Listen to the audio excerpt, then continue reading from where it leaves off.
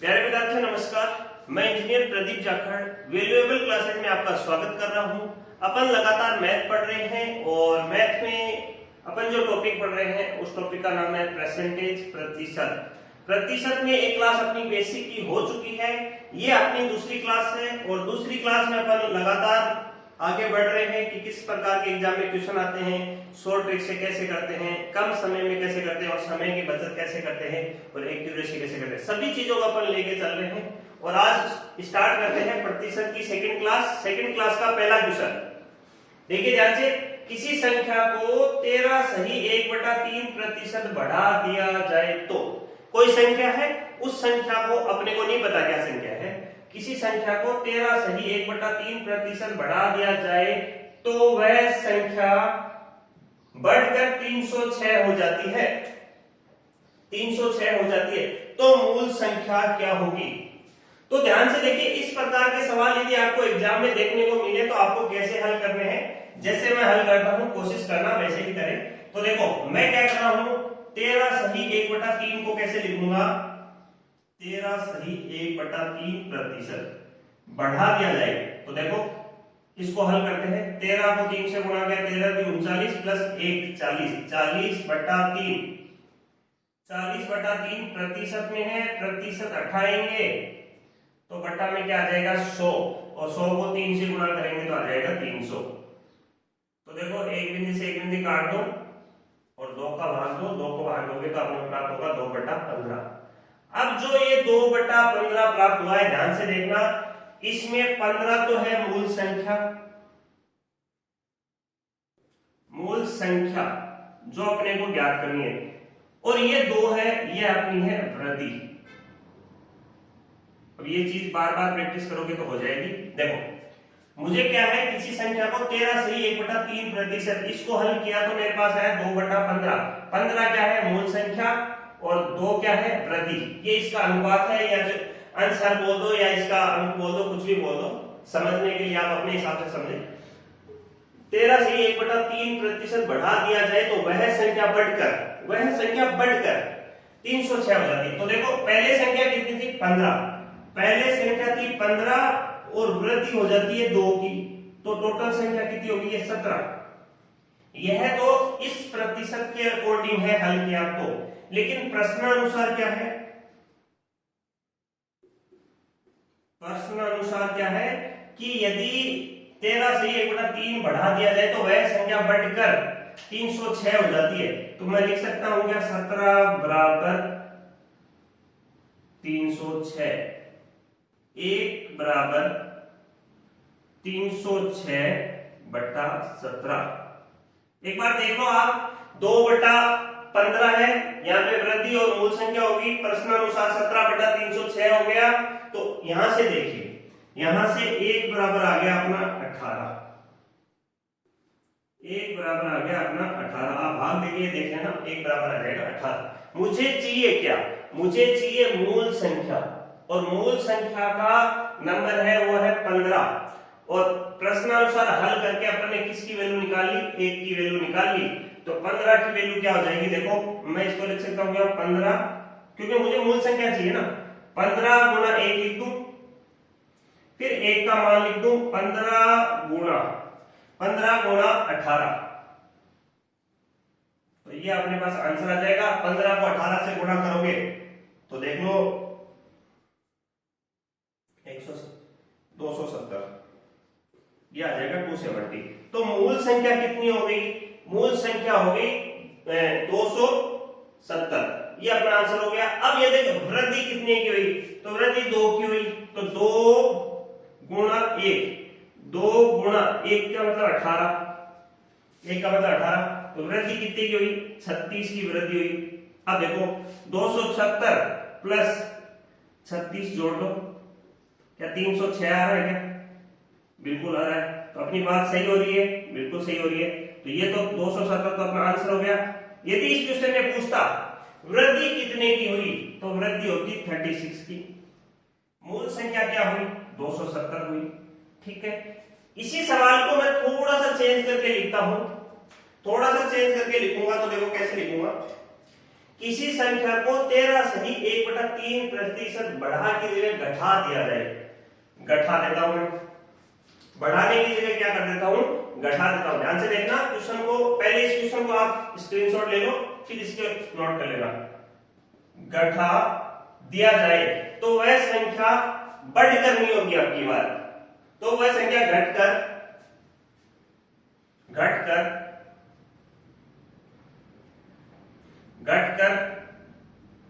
143 हो जाती है,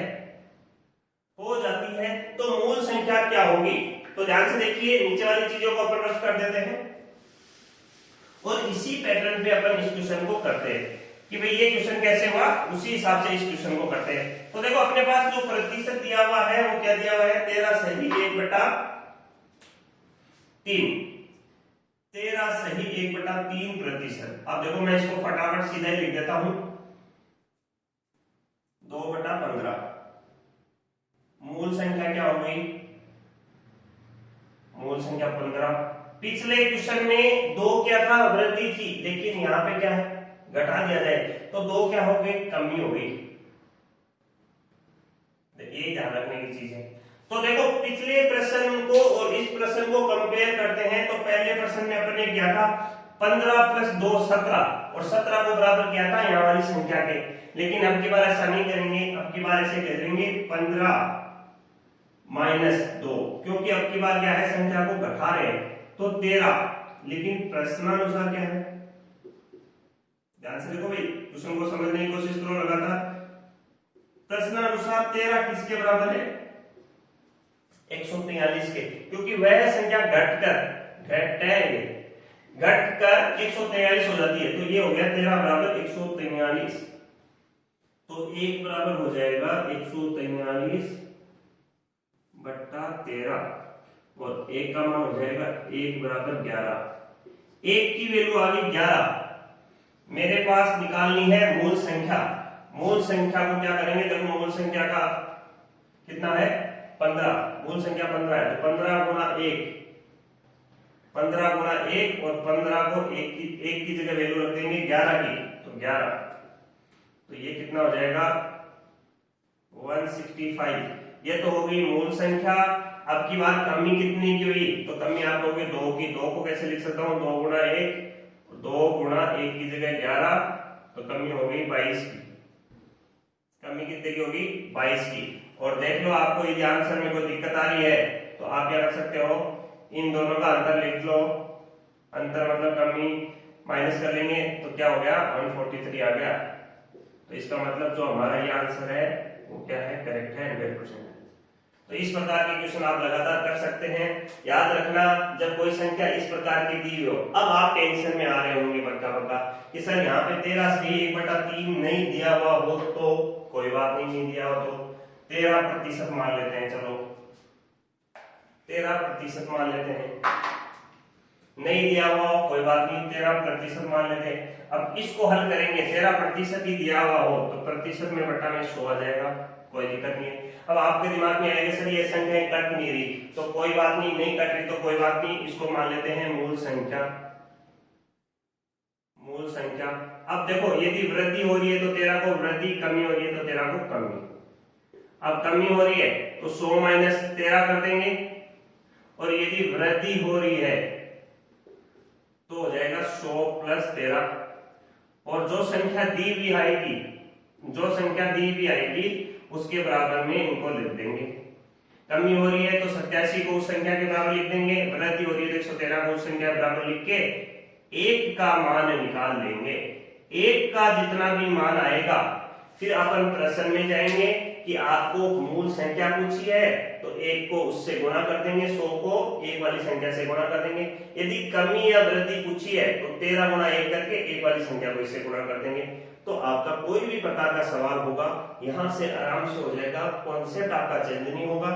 तो कोशिश है कि आपको ये चीज अच्छे से समझ में आ गई होगी। इसके बाद में अपन अगला प्रश्न देखते हैं। ध्यान से आप एक बार इसको प्रैक्टिस फिर करना, कोई और क्वेश्चन ले लेना और आप मेथड ये यूज करना, आपके सारे क्वेश्चन हो जाए। अब देखो इसके बाद में अपन दूसरा क्वेश्चन करते हैं।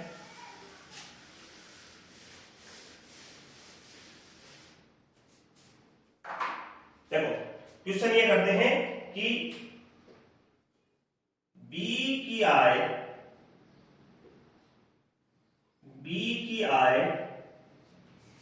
ए की आय से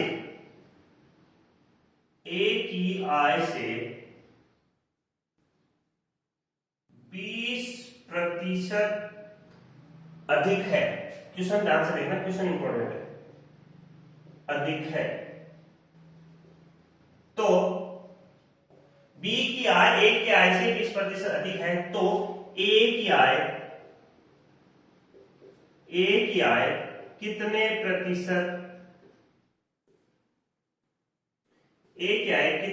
प्रतिशत कम होगी? ए की आय कितने प्रतिशत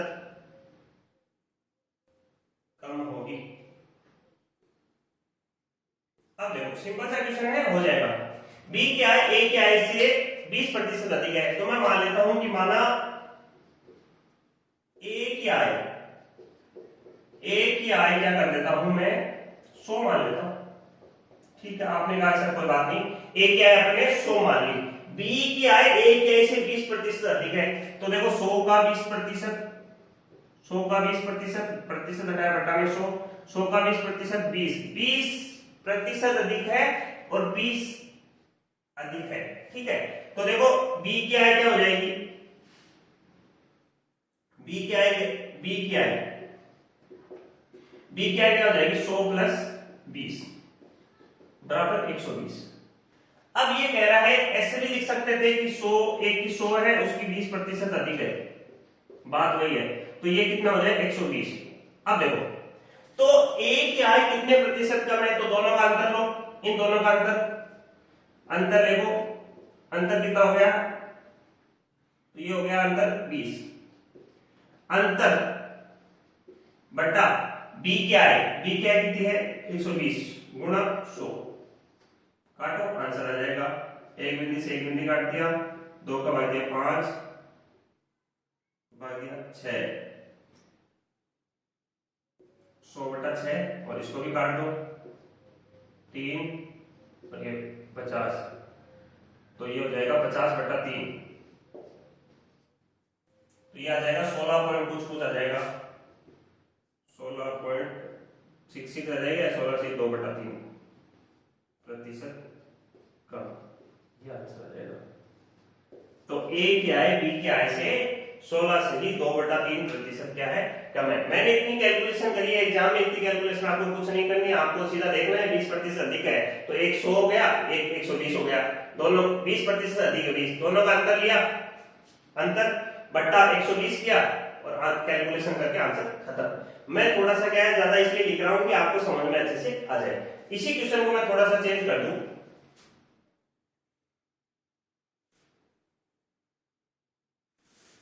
क्वेश्चन को थोड़ा चेंज ऐसे करता हूं कि बी की आय ए की आय से 20% कम है, बी की आय ए की आय से 20% कम है तो ए की आय कितने प्रतिशत अधिक होगी?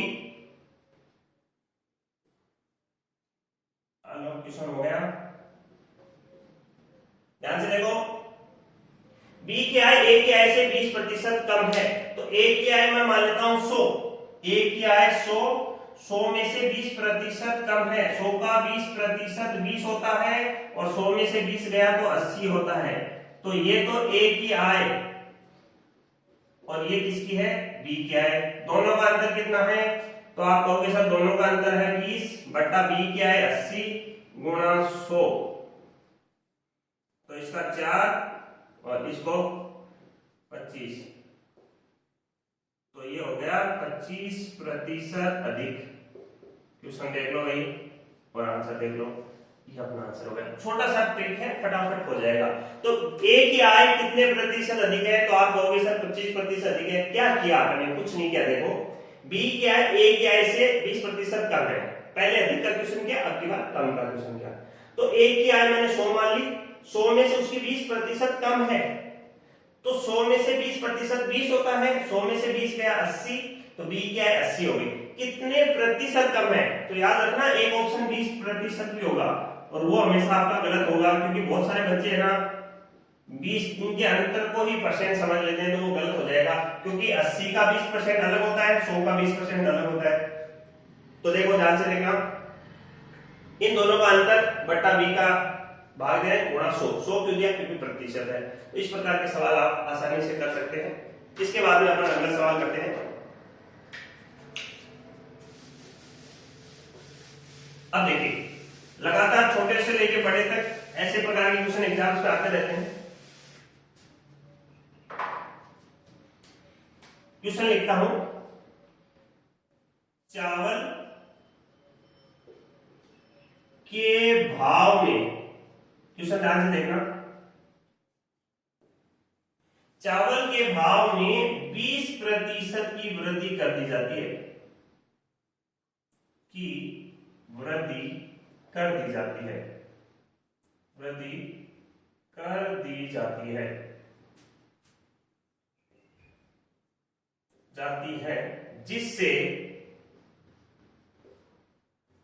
जिससे खपत 10%, जिससे खपत 10% कम हो जाती है, 10% कम हो जाती है,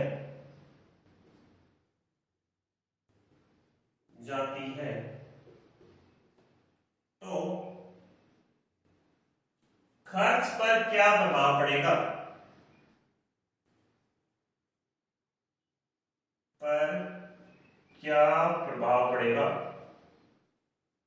सिंपल क्वेश्चन है, क्या प्रभाव पड़ेगा। कोशिश करिए एक बार फटाफट निकालें आप। एक बार ध्यान से देखिए, क्वेश्चन को बार बार पढ़िए कि पूछ क्या रहा है, कह क्या रहा है, समझने की जरूरत है।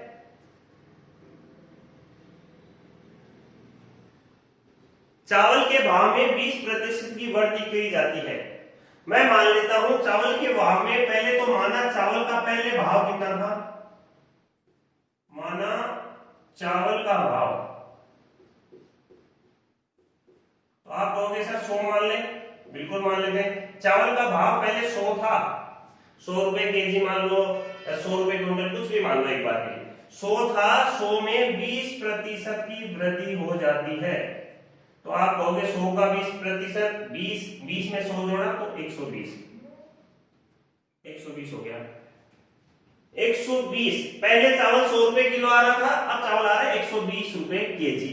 अब ये कह रहे हैं जिससे खपत 10% कम हो जाती है, तो खपत जो कम होगी वो इस भाव पे कम होगी, कि अब जो चावल आ रहा है 120, पहले 20% कम आ रहा था, 20% भाव बढ़ गए, 20% की वृद्धि होने से खपत 10% की कम हो जाती है। कम का मतलब माइनस, 10% खपत कम, तो 120 का 10% होता है 12, और 120 में से 12 गए तो आता है 108, तो ये आ गया 108। पहले भाव थे 100 के, ठीक है, और अब है 108, तो बताओ खर्च पर क्या प्रभाव पड़ा। तो आप सीधे सीधे कह दोगे खर्च पे प्रभाव पड़ा, वह पड़ा 8% अधिक। यदि आपको ऐसे नहीं करना तो आप सीधा सीधा कर लेना, 100 और 108 का अंतर कितना होता है 8, बट्टा पहले भाव कितने थे 100, गुणा प्रतिशत के लिए 100 लगा दिया, और ये हो गया 8%। सिंपल सा सवाल है, आपका आंसर हो गया। अब देखो इसकी जगह मैं वैल्यू चेंज कर दूं थोड़ी थोड़ी आपके लिए। चावल के भाव में 20% की वृद्धि की जगह 20% की कमी कर देते हैं, जिससे खपत, अब देखो 20%, क्वेश्चन चेंज कर रहा हूं थोड़ा सा, 20% की वृद्धि न करके 20% की कमी कर दी जाए, जिससे खपत 10% बढ़ जाती है, तो खर्च पर क्या प्रभाव पड़ेगा। तो देखो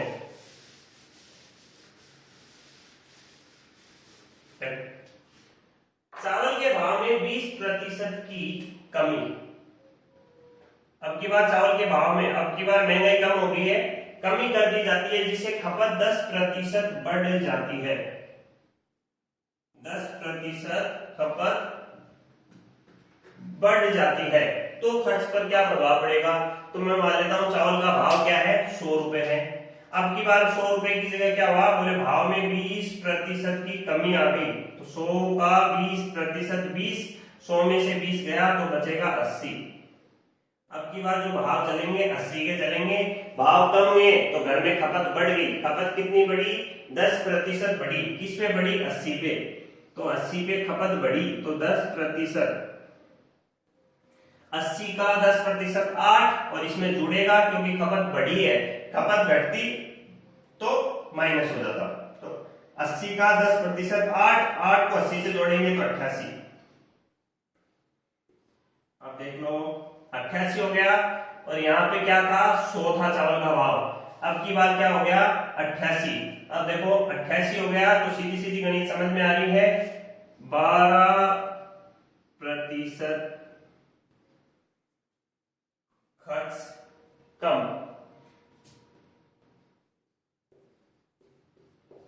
इस तरीके से नहीं करना चाहो तो 100 और 88 का अंतर होता है 12/100 गुणा 100, तो ये हो गया 12%। तो खर्च पर क्या प्रभाव पड़ा अब की बार, कि भाई अब की बार खर्च क्या हुआ, कम हुआ। कितना प्रतिशत कम हुआ? 12%। क्वेश्चन ऐसा भी पूछा जा सकता है, या फिर एक क्वेश्चन ऐसा भी पूछा जा सकता है कि दूसरा प्रकार का क्वेश्चन लिख देता हूं, ये वैल्यू न देके और एक वैल्यू दूसरी दे दे। देखो मैं क्वेश्चन थोड़ा सा चेंज कर रहा हूं, चावल के भाव में 20% की कमी की जाती है जिससे खपत कितनी प्रतिशत बढ़ जाए कि खर्च पर कोई भी प्रभाव नहीं पड़े। तो क्वेश्चन मैं चेंज कर रहा हूं, आप थोड़ा सा देखना। चावल के भाव में 20% की कमी कर दी जाती है जिससे खपत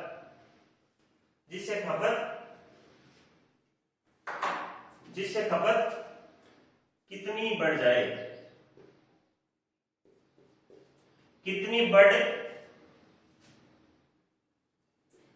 बढ़ जाती है तो भी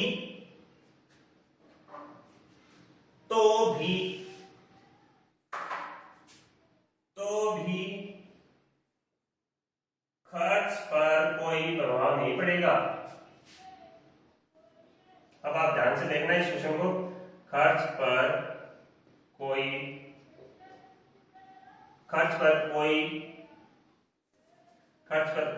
प्रभाव नहीं पड़ेगा। खर्च पर कोई प्रभाव नहीं पड़ेगा, इसका मतलब खर्च पर कोई प्रभाव नहीं पड़ेगा, इसका मतलब है कि पहले भी खर्च 100 था और अगली बार भी 100 रहेगा। तो मैं मान लेता हूं चावल के भाव पहले कितने हैं, 100 ही हैं। 20% की कमी कर दी गई तो आप कहोगे सर -20 कर देते हैं। 20%, 100 का 20%, 20, 100 में से 20 गया 80, कोई दिक्कत नहीं है। अब ये कह रहा है कि जिससे खपत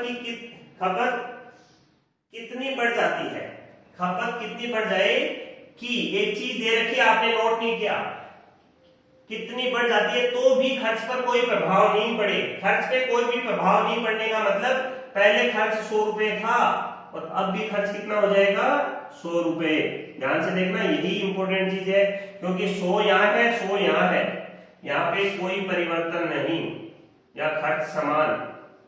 यही बात इंपॉर्टेंट है इस क्वेश्चन की, कोई परिवर्तन नहीं, ऑब्लिक खर्च समान। पहले भी 100 था और अब की बार भी क्या है, 100 है।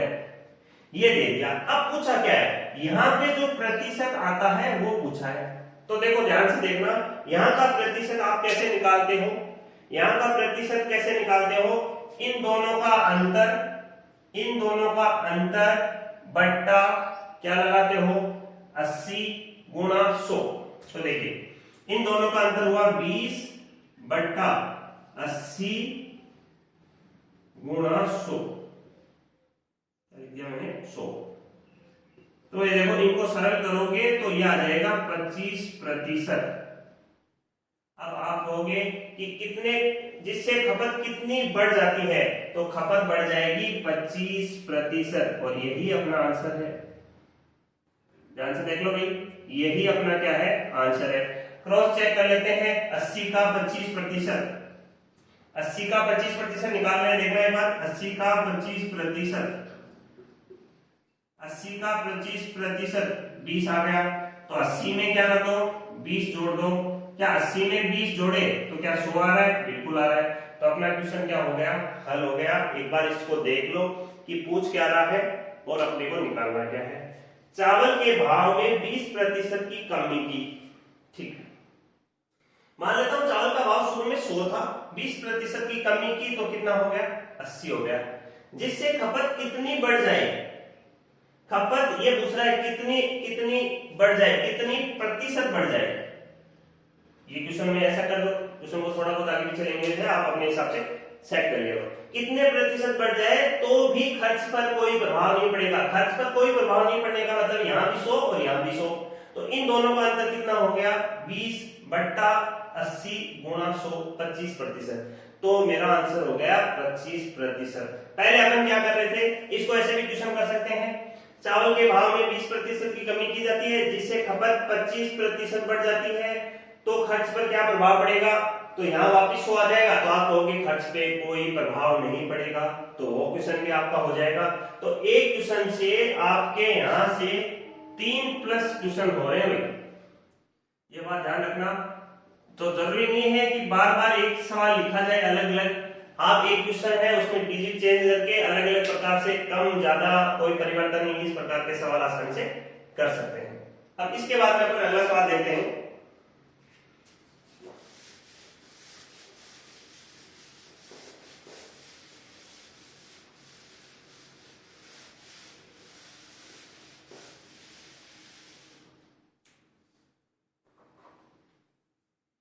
देखो चीनी के भाव में, क्वेश्चन लिखता हूं, चीनी के भाव में 20% की वृद्धि की जाती है।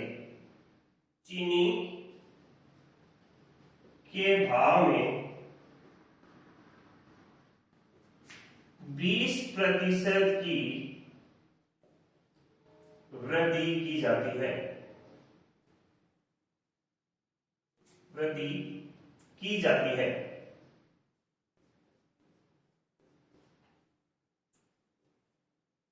चीनी के भाव में 20% की वृद्धि की जाती है, गृहिणी को कितने प्रतिशत खपत कम करनी पड़ेगी, गृहिणी को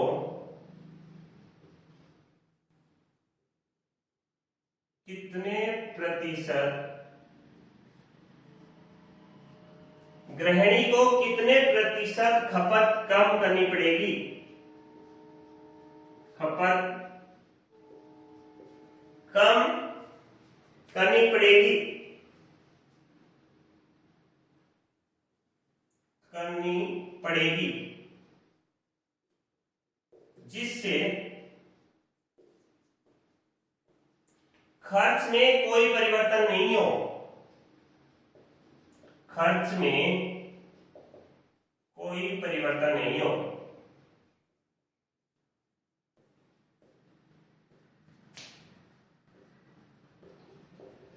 तो मान लेता हूं, माना कि चीनी के भाव या चीनी के भाव में 20%, तो माना चीनी की रेट पहले 100 थी, फिर 20% की वृद्धि कर दी तो 120 हो गया। और दिक्कत है क्या, 120।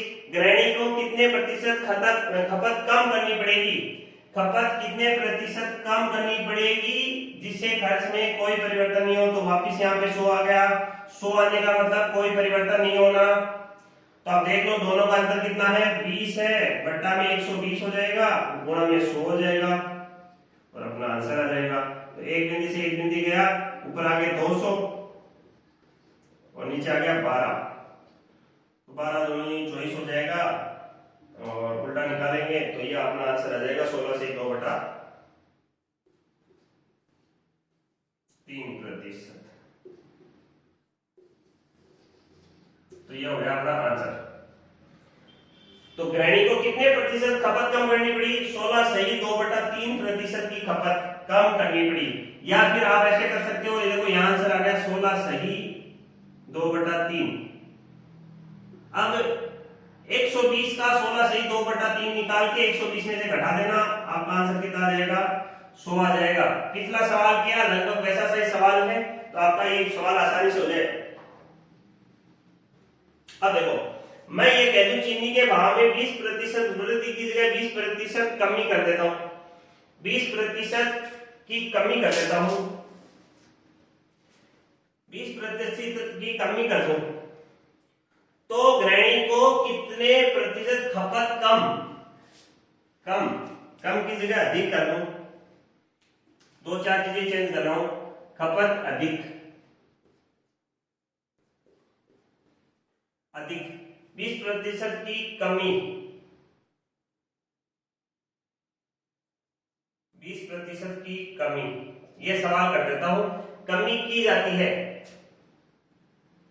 कमी की जाती है, गृहिणियों कितने प्रतिशत खपत अधिक करनी पड़ेगी जिससे खर्च में कोई परिवर्तन नहीं हो। तो सीधा सीधा सवाल हो जाएगा। देखो मैं मान लेता हूं 100 में 100 है, 100 में 20% की कमी, तो 100 का 20% 20, 100 में से 20 गया 80।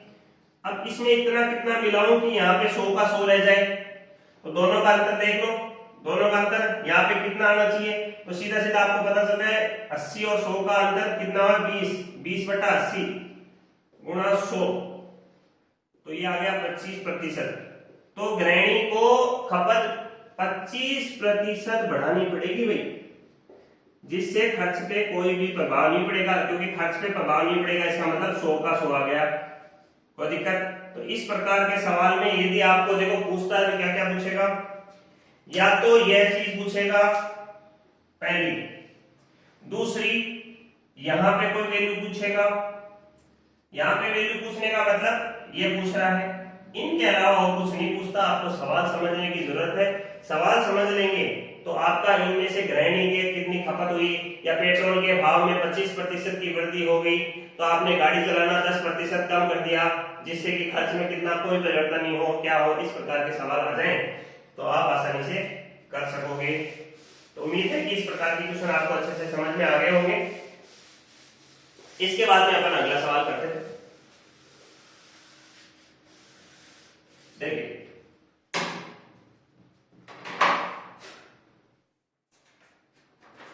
अब देखिए, अब सवाल करते हैं कि ये देखिए,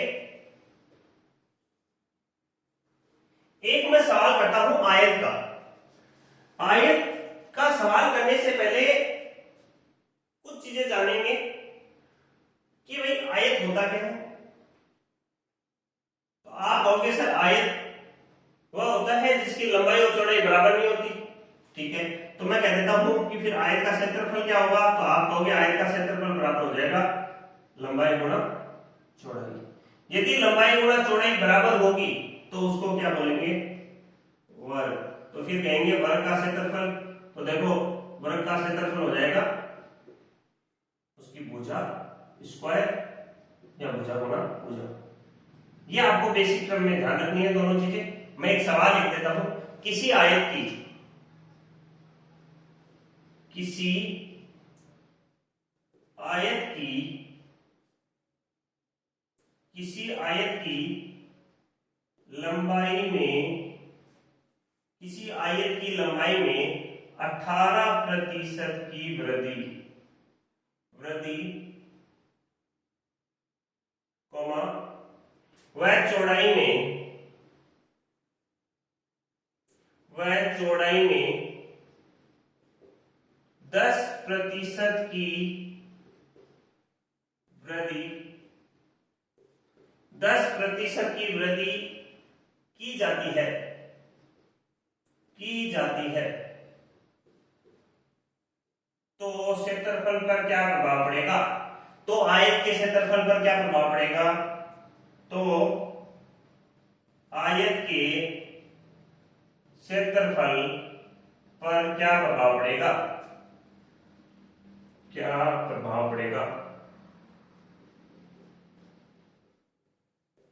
ध्यान से देखिएगा भाई। क्वेश्चन को एक बार समझ लो फटाफट।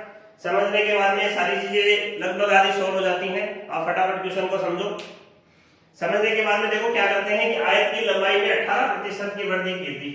तो मैं मान लेता हूं 100 से चुन लेता हूं कि भी माना की संख्या 100 है, या क्षेत्रफल 100 मान लेता हूं किसी आयत का क्षेत्रफल 100 है, लंबाई में 18% की वृद्धि की, तो 100 का 18% 18 और 100 में 18 जोड़ा तो 118। और फिर चौड़ाई में भी क्या करते हैं, चौड़ाई में 10% की वृद्धि, तो देखो 118 में 10% की वृद्धि, तो 118 का 10% होगा 11.8।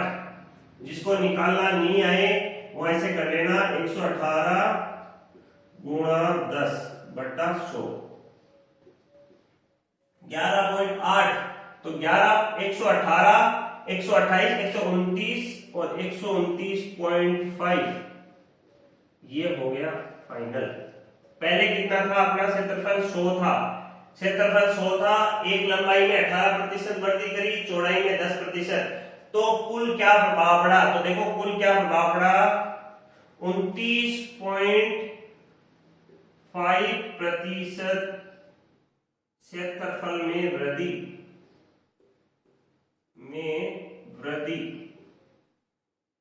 ऐसे नहीं निकालो तो दोनों का अंतर लो, तो बोलो कि दोनों का अंतर लोगे तो क्या होगा, देखो दोनों का अंतर होगा तो दोनों का अंतर होगा 29.5 बटा 100 गुणा 100, तो ये आ जाएगा 29.5%, ये हो जाएगा, ये अपना आंसर हो जाएगा।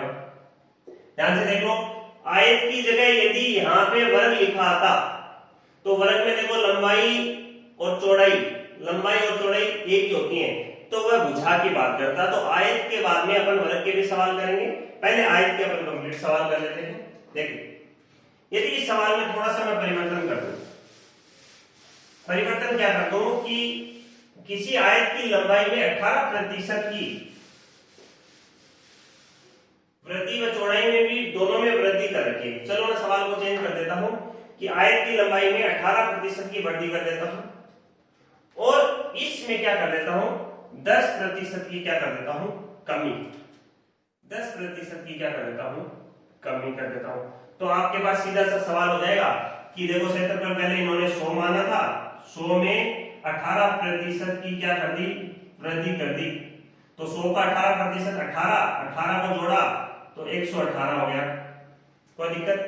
अब क्या कर रहा है, 10% की कमी, कमी को माइनस से, तो 100 का 118 का 10% 11.8, तो ये हो गया 118 और इसमें से घटा देना है 11.8, ठीक है, 108, 107 और 106.20, तो ये हो गया 106.20, कोई दिक्कत, 118, ठीक है। तो अब देखो कितने प्रतिशत की वृद्धि या कमी हुई, तो आपको पता चल रहा है दोनों का अंतर 6, तो ये वृद्धि होगी 6.20 या 20% की क्षेत्रफल में वृद्धि होगी, कोई दिक्कत।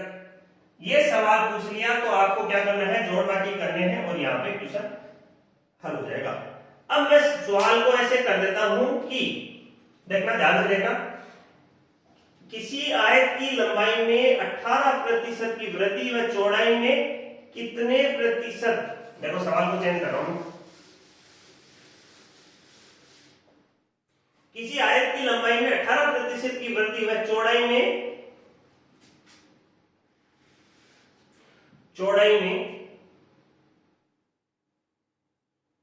कितने प्रतिशत की कमी की जाए, चौड़ाई में कितने प्रतिशत की, चौड़ाई में कितने प्रतिशत की कमी, कितने प्रतिशत की कमी की जाए तो आयत के क्षेत्रफल पर कोई प्रभाव नहीं पड़ेगा, पर कोई प्रभाव नहीं पड़ेगा, पर कोई प्रभाव नहीं पड़ेगा, प्रभाव नहीं पड़ेगा। क्वेश्चन ध्यान से देखना भाई कि आयत की लंबाई में 18%, तो मैं मान लेता हूं आयत का क्षेत्रफल 100 है, 100 में मैं वृद्धि करता हूं 18%, तो 100 का 18% जोड़ देता हूं 100 में, तो ये हो जाता है 118। तो ये प्रश्न में क्या कह रहा है कि आयत के क्षेत्रफल पर कोई प्रभाव नहीं पड़ना चाहिए, मतलब आयत का क्षेत्रफल पहले 100 था, तो अभी भी कितना होना चाहिए 100। तो देखो 100 यहाँ है और 100 यहाँ है, तो आप कह सकते हो एक बात तो कि आयत के क्षेत्रफल में कोई प्रभाव नहीं पड़ रहा। लेकिन सवाल यहाँ आता है कि प्रभाव कब नहीं पड़ेगा, इसमें से कितना प्रतिशत की कमी की जाए। तो देखो इन दोनों का अंतर वाला ऑप्शन भी आएगा, तो वो आंसर नहीं होगा, अंतर ऑप्शन नहीं होता। तो ये हो जाता है 118 और 100, तो दोनों का अंतर कितना है 18 बट्टा 118 गुणा 100। इसको जो हल करोगे और जो आंसर आएगा वह इसकी क्या हो जाएगी -x% कमी, और वह कमी किसमें हो जाएगी चौड़ाई में, चौड़ाई में कमी, वही आंसर हो जाएगा। इस प्रकार के सवाल मैं समझ सकता हूं कि तीसरा या चौथी बार कर रहा हूं। तो उम्मीद है कि क्षेत्रफल से संबंधित क्वेश्चन आ जाए, आयत के क्षेत्रफल से संबंधित क्वेश्चन आ जाए तो पूछेगा यहाँ तो इन दोनों का अंतर करके इनका टोटल प्रतिशत की आयत के क्षेत्रफल में कितना फायदा हुआ, कितना नुकसान हुआ, या आयत के क्षेत्रफल में क्या प्रभाव पड़ा कमी वृद्धि का, या यहाँ की वैल्यू पूछेगा। तो यहाँ की वैल्यू क्या है आप आसानी से कर दोगे। इसके बाद में अपन जो सवाल करते हैं वो सवाल करते हैं वर्ग से संबंधित। तो देखिए वर्ग से संबंधित सवाल ध्यान से देखिएगा।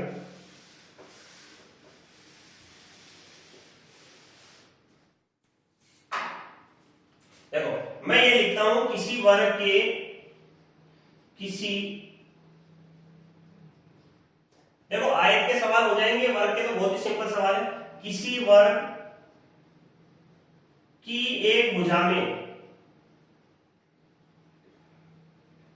वर्ग की एक भुजा में, किसी वर्ग की एक भुजा में 25% की वृद्धि की जाती है, तो वर्ग के क्षेत्रफल पर क्या प्रभाव पड़ेगा। तो वर्ग के क्षेत्रफल पर क्या प्रभाव पड़ेगा,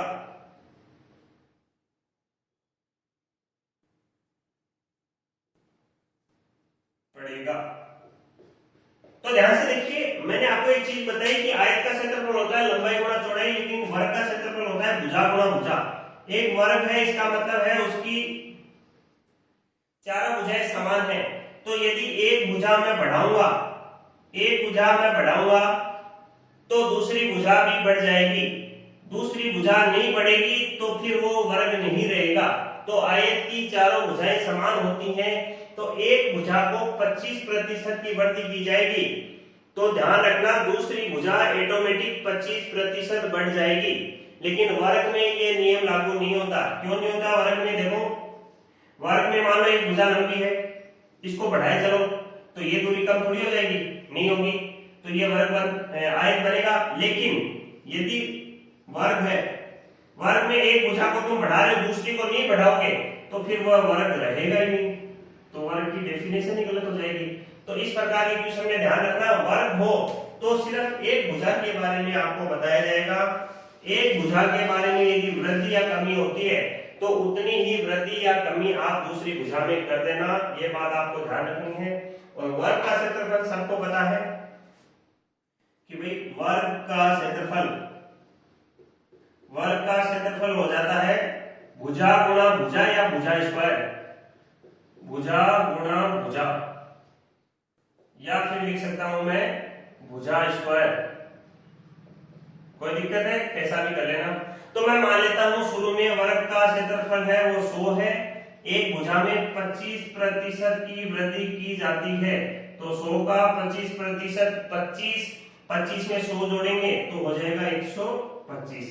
अब फिर मैंने आपको एक बात कही कि वर्ग की बात चल रही है, तो एक भुजा में जितनी वृद्धि करेंगे दूसरी में भी उतनी ही करेंगे, या एक भुजा में जितनी कमी करेंगे दूसरी में भी उतनी करेंगे। ये वर्ग के कॉन्सेप्ट में आप ध्यान रख लेना।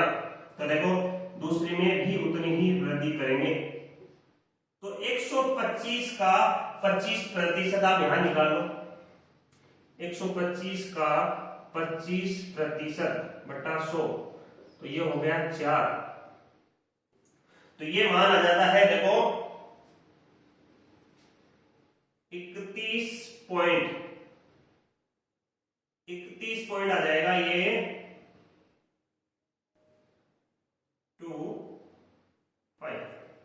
31.25 के लगभग का ये वैल्यू आ जाएगी। 4×12, ठीक है, 31 पॉइंट के लगभग। तो ये इसमें जुड़ जाएगा, तो 125 प्लस 31.25, ये इसको जोड़ देते हैं, तो ये हो जाएगा 126, 37, 46, 56, 156.25, ये वैल्यू ये आ गई।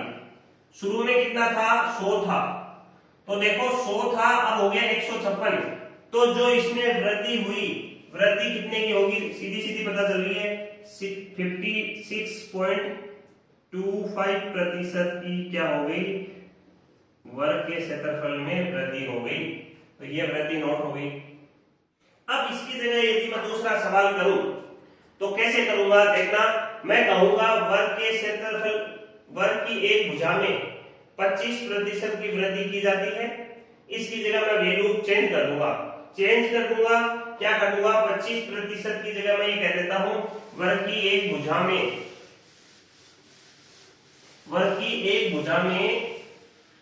25% की वृद्धि की जगह मैं कह देता हूं वर्ग की एक भुजा में 10% की कमी, 10% की कमी की जाती है, तो वर्ग के क्षेत्रफल पर क्या प्रभाव पड़ेगा। तो देखो वर्ग में 100 क्षेत्रफल मान लेता हूं, पहले में 10% की कमी, तो 100 का 10% 10, 100 का 10% 10 माइनस करा तो यहां आ गया 90। फिर देखो वर्ग की बात कर रहे हो तो एक भुजा में कमी कर दी, तो याद रखना दूसरी भुजा में भी कमी करनी है, दूसरी भुजा में भी कितनी कमी करनी है, उतनी करनी है। तो 100 का 10% अलग निकाल लिया था, 90 का 10% होता है 9, तो 90 में से 9 गया, 90 में से 9 जाएगा तो ये हो जाएगा 81। पहले क्षेत्रफल 100 था, अब क्षेत्रफल है 81, तो यहां से यदि सीधा निकालना चाहो तो ये हो जाएगा 19% की क्षेत्रफल में कमी। या आप दूसरे तरीके से निकालना चाहो तो देख लो कैसे निकालेंगे। तो दोनों का अंतर ले लो, दोनों का अंतर कितना हो जाएगा, आप कहोगे 19 हो जाएगा, बट्टा में 100 गुणा 100, तो ये हो जाएगा 19% की क्या हो जाएगा, 19% की क्षेत्रफल में कमी हो जाएगी। तो ये थे अपने सारे सवाल। इन सवालों में अपन ने क्या क्या पढ़ा, कैसे कैसे पढ़ा, ये चीज आपने अच्छे से नोट कर ली। आपने क्या क्या पढ़ लिया, देखो आयत पढ़ लिया, वर्ग पढ़ लिया, चीनी के भाव में कमी वृद्धि पढ़ ली, क्षेत्रफल पढ़ लिए, सारी चीजें अपन ने पढ़ ली। तो इस प्रकार की क्लासों में इस प्रकार के जो क्वेश्चन हो रहे हैं उनको लगातार आप करते रहिए। किसी भी प्रकार के कोई भी दिक्कत आने वाली नहीं है, क्योंकि कॉन्सेप्ट सारे बोर्ड पे क्लियर हो रहे हैं। आपने अपने लिए कीमती टाइम दिया आज की इस क्लास को, उसके लिए आपका बहुत बहुत धन्यवाद।